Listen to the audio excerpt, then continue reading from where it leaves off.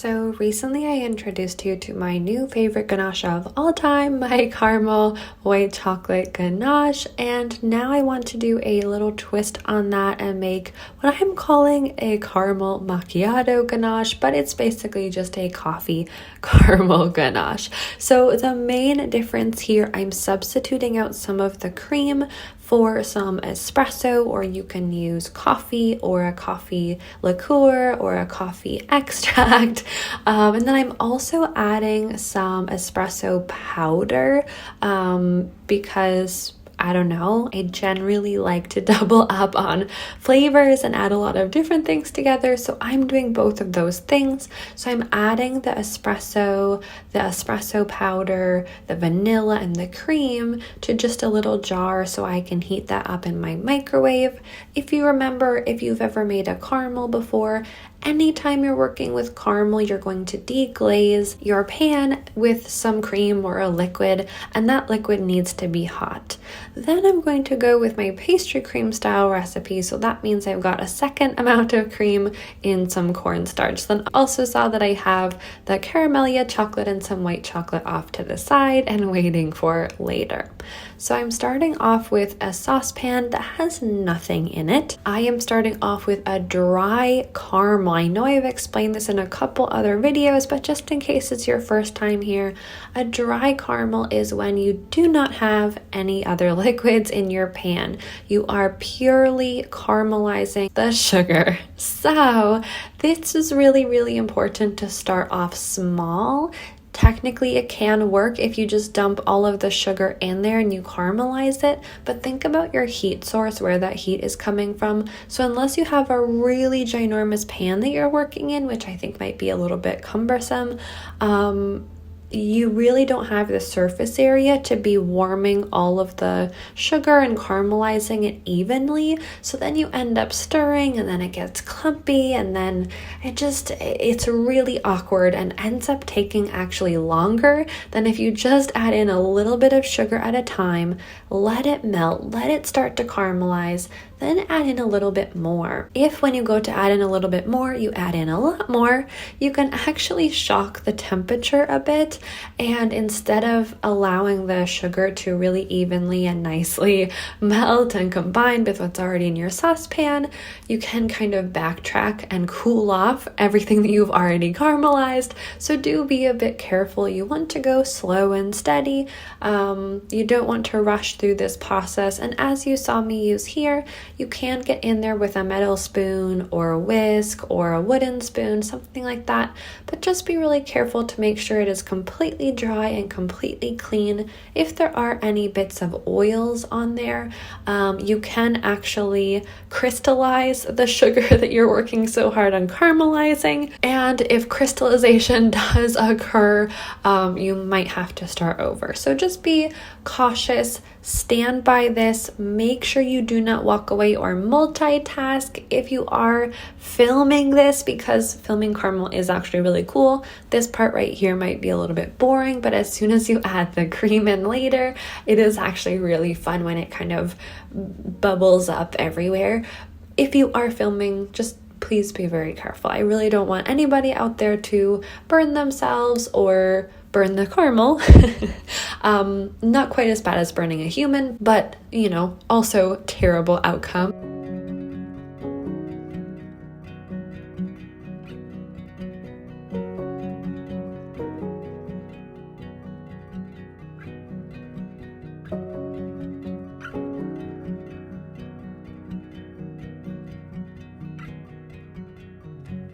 The other thing I really want to recommend you keep an eye on is, as we can see here, this is already caramelizing and picking up color really nicely.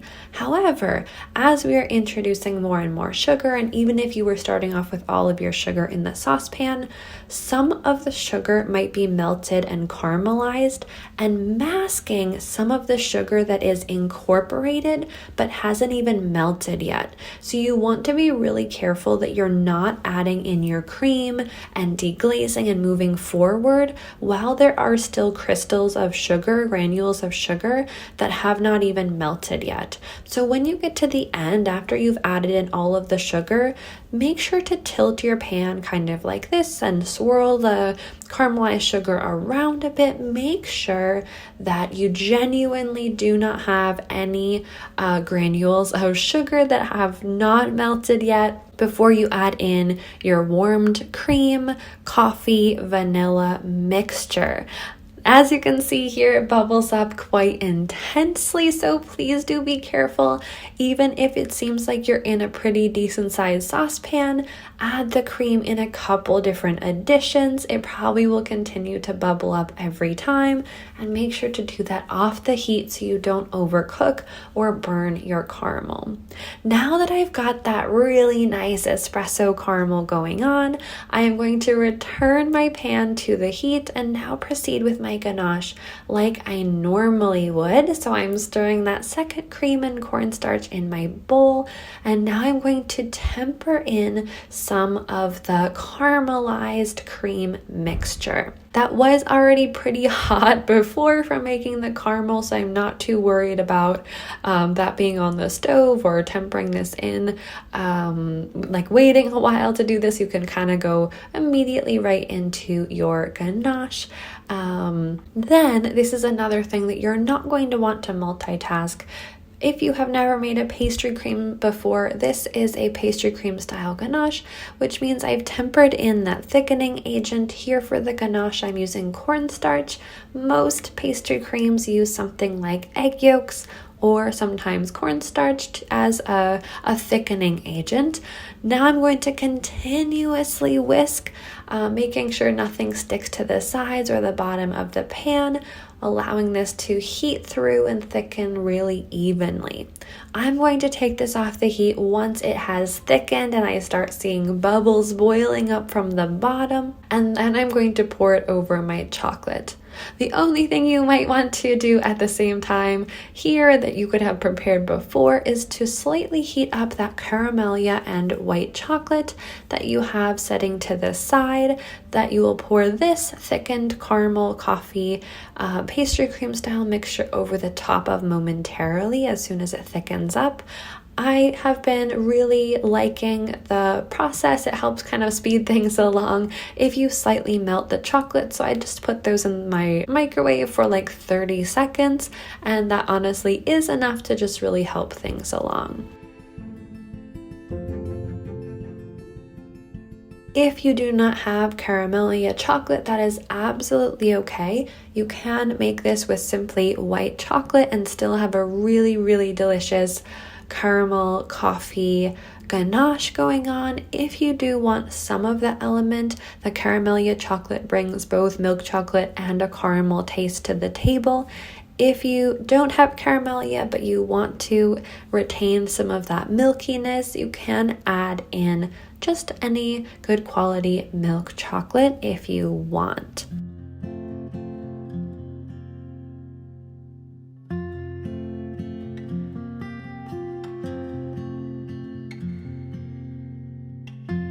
As you can see, because of both the espresso and the espresso powder and the caramelized sugar, this is a pretty dark, rich, caramely brown color. And then because I've substituted out some of the white chocolate in the recipe for the caramellia, that also is going to hold a milky, caramely brown color. So this kind of ganache is honestly, I think, quite nice to just leave as is. You could attempt to color it, but because it is such a distinctive dark brown already, I think it will be a bit hard unless you are attempting to color it just a tint of something or an even darker color. But I would really advise just to leave this ganache the color it is and not to mess around trying to add any colorants. However, if you do have your heart set on attempting to get this to a darker color or a different tone of another color, you can absolutely add in a powdered or gel food colorant at this point when you are making the pastry cream.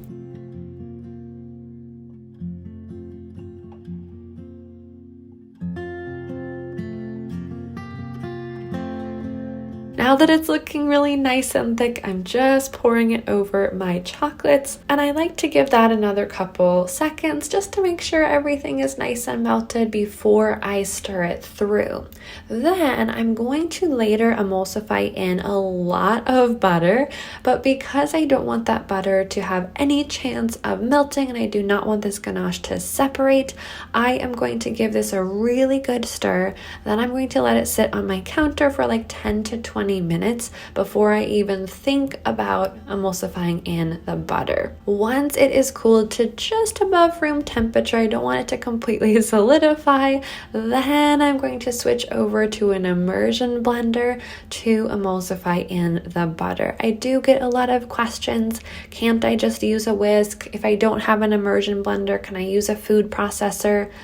I honestly think that the immersion blender is really the best tool for this style of recipe.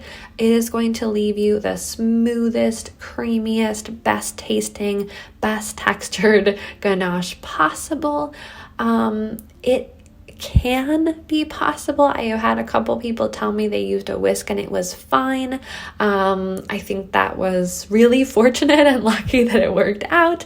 I personally have not tried using a food processor. I think that might introduce in much more air than you would want, but again, I have not tried it if that's something you want to try, and I think that maybe it would be possible to achieve a similar texture. I don't think quite as smooth or creamy with a whisk, but it's, again, if you really don't have an immersion blender or you can't get one in your kitchen at this time, it is something that you could try if you want to attempt this recipe.